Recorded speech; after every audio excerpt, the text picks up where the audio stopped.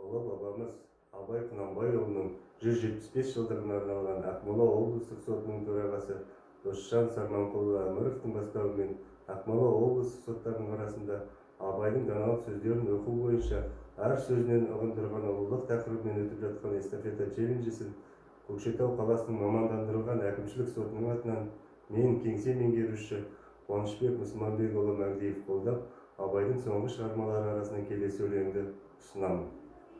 Сұм дүние тонап жатыр ісің бар ма? Сұм дүние тонап жатыр ісің бар ма? Баяғы күш, баяғы түсің бар ма?